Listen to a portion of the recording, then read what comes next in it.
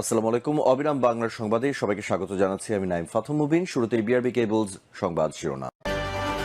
দেলোয়ার হোসেন সাঈদীর শেষ হাসিটি ছিল জালিমদের বিরুদ্ধে নীরব প্রতিবাদ।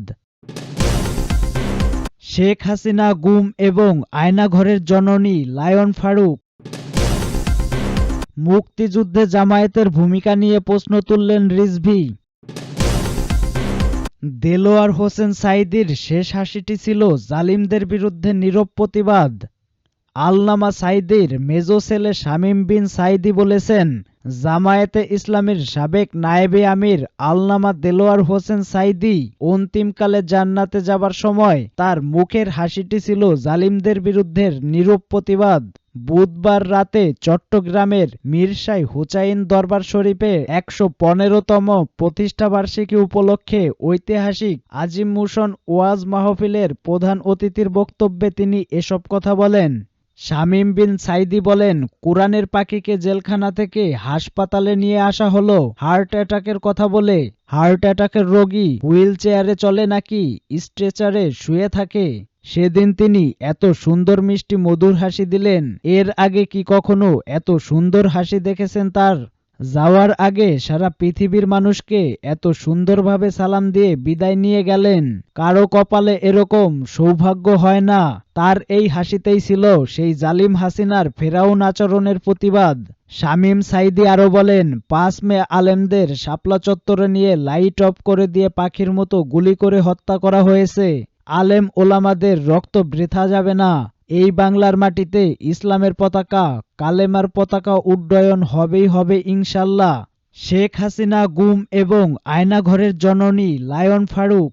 ১২ দলীয় জোটের অন্যতম শীর্ষ নেতা ও বাংলাদেশ লেবার পার্টির চেয়ারম্যান লায়ন মোহাম্মদ ফারুক রহমান বলেছেন, অবিলম্বে ফ্যাসিস্ট হাসিনাকে দেশে ফিরিয়ে এনে বিচারের মুখোমুখি করতে হবে, কারণ তিনি গুম এবং আয়নাঘরের জননী।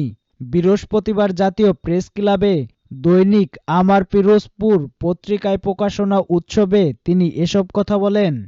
লায়ন ফারুক রহমান বলেন, গণ অভ্যুত্থানে ফ্যাসিস্ট হাসিনা ভারতে পালিয়ে যেতে বাধ্য হন, তবে এর আগে গণ আন্দোলন দমাতে তার নির্দেশে ছাত্র জনতার ওপর গণহত্যা চালানো হয়।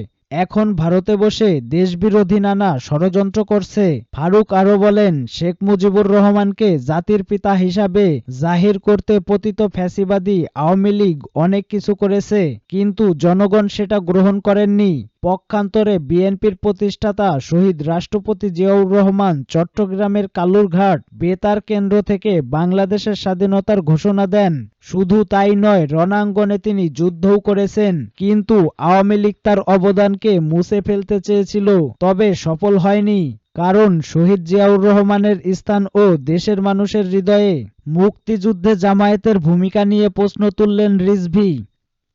৭১-এর মহান মুক্তিযুদ্ধে জামায়াতে ইসলামের ভূমিকা জানতে চেয়ে বিএনপির সিনিয়র যুগ্ম মহাসচিব রুহুল কবির রিজভী বলেছেন, আপনারা কোন সেক্টরে যুদ্ধ করেছেন, কোন সেক্টরের কমান্ডারের আন্ডারে যুদ্ধ করেছেন? রিজভী আরো বলেন, একটি রাজনৈতিক দল বলেছে দেশপ্রেমিক তারা এবং সেনাবাহিনী। জনগণ যখন অত্যাচারিত হয়েছে, সেনাবাহিনী তখন জনগণের পক্ষে অবস্থান নিয়েছে। ২৪-এর অভ্যুত্থানেও সেনাবাহিনী একটি উজ্জ্বল ভূমিকা রেখেছে। জামায়াত ইসলামীকে উদ্দেশ্য করে রিজভী বলেন, আমি ইসলামপন্থী সেই রাজনৈতিক দলকে বলতে চাই, ৭১-এ আপনাদের রাজনৈতিক ভূমিকা কি ছিল? কোন সেক্টরে যুদ্ধ করেছেন? কোন সেক্টর কমান্ডারের আন্ডারে যুদ্ধ করেছেন? বাংলাদেশে কেউ দেশপ্রেমিক নেই, শুধু একটি রাজনৈতিক দল দেশপ্রেমিক। এই ধরনের বিভ্রান্তি তৈরি করলে মানুষ হাসবে, মানুষ হাসি ছাড়া আর কিছু দেবে না। তিনি বলেন, বিগত দিনে জাতির ঘাড়ে জগদ্দল পাথর চেপে বসেছিল, মানুষ নিঃশ্বাস নিতে পারত না, স্বাচ্ছন্দ্যে চলাফেরা করতে পারত না, রাজনৈতিক দলসমূহ মিটিং মিছিল করতে পারত না, পুলিশ অনুমতি দিলেও যুবলীগ ও ছাত্রলীগকে লেলিয়ে দেওয়া হতো। শেখ হাসিনা দ্বিতীয়বারের মতো দেশের স্বাধীনতাকে কলঙ্কিত করেছিল।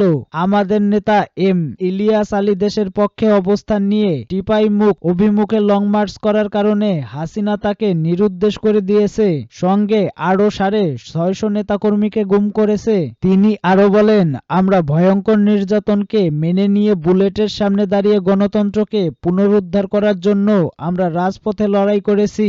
15.5 বছর নির্যাতন নিপীড়ন সহ্য করে আন্দোলন করার ফলে ছাত্র জনতার জুলাই বিপ্লবে হাসিনার পতন হয়েছে। আমাদের নেত্রীকে কারাগারে নিয়ে নির্যাতন করা হয়েছে। 15.5 বছর গণতান্ত্রিক আন্দোলনের ফলেই ছাত্র জনতার জুলাই আগস্ট বিপ্লবে ফ্যাসিবাদের পতন হয়েছে। রিজভী বলেন, এখন শুনছি আগামী 1 বছরের মধ্যে শুধু জুলাই আগস্ট হত্যাকাণ্ডের বিচার হবে, কিন্তু আমার প্রশ্ন হচ্ছে, ইলিয়াস আলীকে যারা গুম করেছে তাদের বিচার কি হবে না? যারা বিগত 15.5 বছরে গণতান্ত্রিক আন্দোলন চলাকালে মানুষকে হত্যা নির্যাতন করেছে তাদের বিচার কি হবে না? স্বাধীনতার ঘোষক শহীদ জিয়াউর রহমান উল্লেখ করে তিনি বলেন, স্বাধীনতার ঘোষণা দিয়েই কেবল ক্ষান্ত হননি জিয়াউর রহমান, লড়াই করেছেন পাকিস্তানি কর্নেল জানজুয়াকে হত্যাও করেছেন, সেখানে যুদ্ধ হয়েছে, সে যুদ্ধে নেতৃত্ব দিয়েছেন মেজর জিয়া। রুহুল কবির রিজভী বলেন, শেখ মুজিবুর রহমান স্বত্বাধিকার আন্দোলন করেছে, কিন্তু স্বাধীনতার জন্য বিশেষ কোনো ঘোষণা বা বিশেষ প্রস্তুতির কথা তিনি বলেননি, সেই আহ্বানও তিনি দেননি। জোর করে ভিন্ন সময় আওয়ামী লীগ এসব প্রচার করেছে। প্রকৃত ইতিহাস হচ্ছে যুদ্ধের ঘোষণা দিয়েছেন জিয়াউর রহমান, সেই অধ্যায়ও বইয়ের থাকা উচিত।